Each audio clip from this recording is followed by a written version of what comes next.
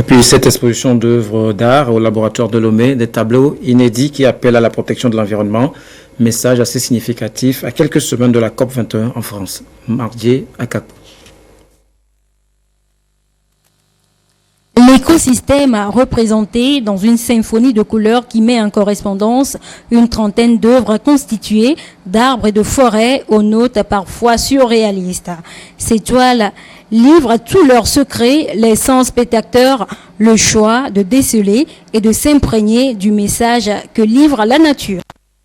Il y a les branches qui sortent, il y a la mousse quand même, ou des plantes qui poussent autour de cet arbre. On entend les oiseaux.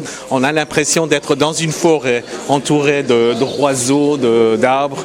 Je dirais que l'artiste a utilisé du vrai bois pour représenter les réalités. Donc, pour l'artiste plasticien togolais Lenuel, certains arbres, par leur situation, leur âge ou leur taille, constituent un héritage naturel et culturel qu'il faut à tout prix préserver et mettre en valeur.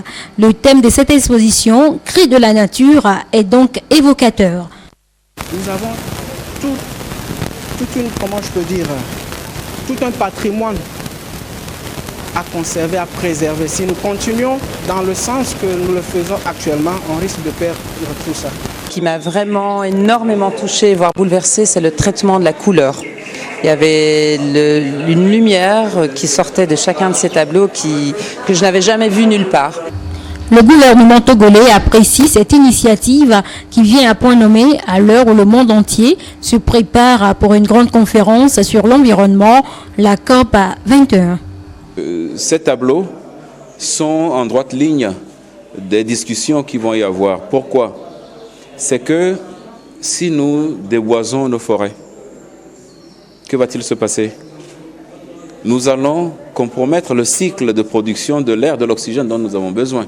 Nous venons de découvrir un jeune artiste togolais, talentueux, qui a une technique de peinture assez particulière que je ne connaissais pas.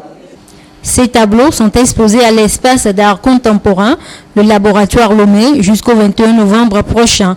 Durant cette période, des ateliers pour enfants et une rencontre avec le grand public sont prévus pour amener la jeunesse togolaise à faire de l'art un terreau fertile.